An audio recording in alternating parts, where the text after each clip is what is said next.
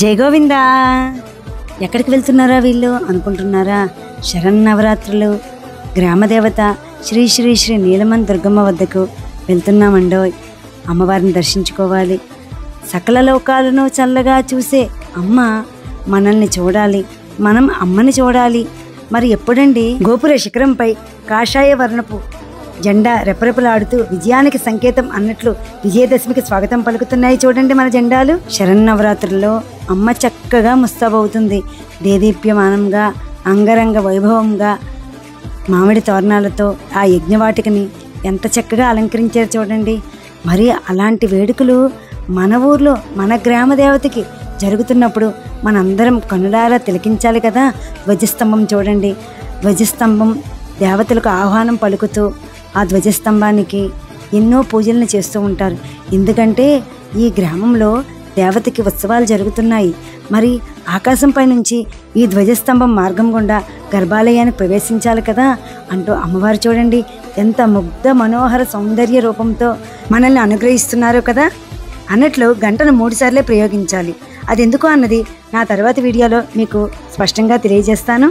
ఓ దేవి దుర్గామాత, దేవతలు, సిద్ధులు, విద్యాధరులు, మునులు, ధనుజులు, మానవులు, వ్యాధి పీడితులు, అన్యాయంగా బందీలైన వారు, దోపిడీకి గురైన వారందరికీ నీవే ఏకైక శరణ్యం.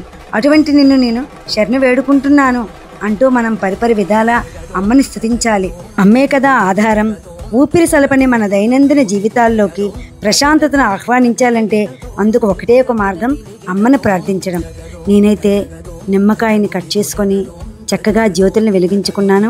మా అమ్మ చెప్పింది, అమ్మ ఇలా చేస్తే గ్రహదోషాలు పీడలు తొలగిపోతాయి అని. అయితే ఆ అమ్మ చెప్పింది, ఈ అమ్మ కోసం నేను వెలిగిస్తూ ఉన్నాను. ఎందుకంటే లోకం మొత్తం శాంతిగా ఉండాలి, అందరి యొక్క దోషాలు తొలగిపోయి శాంతిగా ఆనందంగా ఉండాలి అనేదే నా సంకల్పం. దీపాలను వెలిగించుకొని ఒక విషయం, ఈ దీపాలను ఎందుకో తెలియదు గర్భాలయంలో కూడా తీసుకువెళ్ళిందమ్మ. గర్భాలయంలో దీపాలని చక్కగా వెలిగించుకున్నాను. గంటలు కూడా మోగాయి. అమ్మకి హారతిని కూడా అర్పించడం నా కనులారా తిలకించాను. అమ్మా నీ గుడిలో వెలిగే దీపాన్నైపోనా, దుర్గమ్మ నీ పాద పూజకై పువ్వుగా మారనా, జయదుర్గ విజయదుర్గ నా తల్లి కనకదుర్గా, జయదుర్గ విజయదుర్గ నా తల్లి కనకదుర్గా అంటూ భక్తితో పరవశించిపోయి నేను పాటలను కూడా పాడుకున్నాను. ఎంతో ఆనందంగా ఉంది. నవరాత్రి ఉత్సవాలు అంటే మన అమ్మకి జరిగే ఉత్సవాలు మనవే కదా. మరి 1వ రోజు అమ్మను బాలా త్రిపుర సుందరీదేవిగా దర్శించుకున్నాను. ఇక 2వ రోజు ఎలా నా దర్శనం కొనసాగిందో చూద్దామా. మరి మేము కోటబొమ్మాలి కొత్తమ్మ తల్లి సంబరాలకై 2వ రోజు ప్రయాణం అవుతూ ఉన్నాము. అయితే మొదటి రోజు అమ్మ అనుగ్రహం బాగా లభించింది. 2వ రోజు ఎలాగా అనుకుంటుంటే మార్గమధ్యంలో మా అమ్మ అమ్మవారిని దర్శించుకుని వెళ్ళిపోదామా కోటబొమ్మాలి అంది. మా అమ్మ మనసులో పుట్టించి మా అమ్మ దర్శనం చేసుకుని వెళ్దాము అని అంది. సరే అని అందరం దిగాము. చూసేసరికి చాలా పెద్ద రష్. ఎలా వెళ్తామో సమయం లేదు అని మేమందరం అనుకుంటున్నాము. కానీ మా నాన్న మా అన్నయ్య అంటే పాతపట్నానికి పేరు, మంచి సేవా కార్యక్రమాలు, గుడులు, గోపురాలు ఇలా వాటిని డెవలప్ చేస్తూ ఉంటారు. కాబట్టి మా అన్నయ్యని ఆ వెనక మార్గం గుండా రమ్మని చెప్పారు. మేము గర్భగుడిలోనికి చాలా చక్కగా అమ్మ దయ వలన ప్రవేశించాము. సర్వస్వరూపే సర్వేషే సర్వశక్తి సమన్వితే భయభ్యస్త్రాహినో దేవి దుర్గే దేవి నమోస్తుతే, ఏతత్తే వదనం సౌమ్యం లోచనం త్రయభూషితం పాతున సర్వభూతేభ్యః కాత్యాయనీ నమోస్తుతే. సర్వరూపాలు గలదానవు, సర్వ పరిపాలినివి, సర్వశక్తి సంపన్నవు అయిన ఓ దేవి మమ్మల్ని సకల భయాల నుండి రక్షించు. ఓ దుర్గా నీకు ప్రణామాలు. త్రినేత్రాలతో అలరాడుతున్న నీ ప్రసన్న వదనం మమ్మల్ని సర్వభూతాల నుండి రక్షించుగాక. ఓ కాత్యాయని నీకు ప్రణామములు అంటూ పరిపరి విధాలా అమ్మని దండవత్ ప్రణామములు చేసుకున్నాము. పూజారులు మా అన్నయ్య మా నాన్నకి పండువాలతో సత్కరించి అమ్మ యొక్క పరిపూర్ణ అనుగ్రహం కలగాలి అంటూ మమ్మల్ని అందరినీ చక్కగా ఆశీర్వదించారు.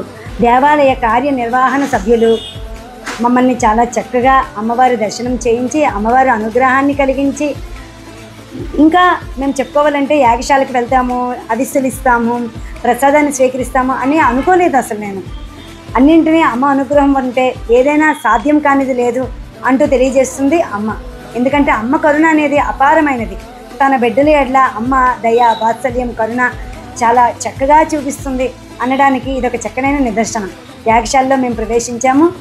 ఆ యాగం అనేది కంప్లీట్ అయిపోయింది లేదా అవుతుందో తెలియదు నాకు, కానీ మాకు అక్కడ యాగశాలలో మంచిగా స్వస్తి వచనాలు పలికి అవిస్సులు కూడా మా నాన్న మా అన్నయ్య యజ్ఞంలో అవిస్సులను సమర్పించారు. మా అన్నయ్య చాలా వరకు సేవా కార్యక్రమాల్లో ముందుంటారని పంతులు గారు చాలా వరకు మా అన్నయ్యని శ్లాఘించారు.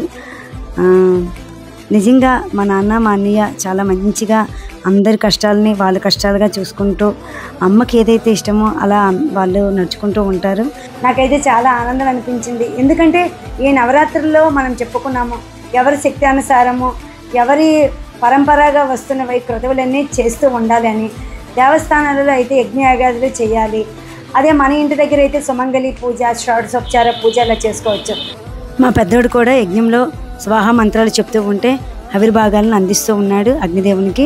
రెండవ రోజు గాయత్రి రూపంలో ఉన్న నీలమని దుర్గమ్మని దర్శించుకున్నాము. దుర్గమ్మ అంటే మా పాతపట్నంకే కాదు శ్రీకాకుళం జిల్లాకే పెద్ద ముత్తైదువు. అమ్మ అని పిలవగానే అభయ హస్తంతో అందరినీ అనుగ్రహిస్తుంది, తన హక్కుని చేర్చుకుంటుంది. చూసారా ఎంత ప్రశాంతమైన చిరుమంద హాసంతో భక్తుల వంక తనివి తీరా చూస్తూ ఉంది. అమ్మ అంటే అమ్మే కదా. జై నీలమని దుర్గమ్మకి జై. దేదీప్యమానమైన కాంతులతో అమ్మ యొక్క గుడి ఎంత శోభాయమానంగా అలరాడుతూ ఉంది. మరెందుకు ఆలస్యం, ఈ 9 నవరాత్రుల్ని భక్తితో జరుపుకొని అమ్మ యొక్క కృపకి పాత్రలం అవుదామా మరి. జై దుర్గమ్మ, జై జై నీలమని దుర్గమ్మ.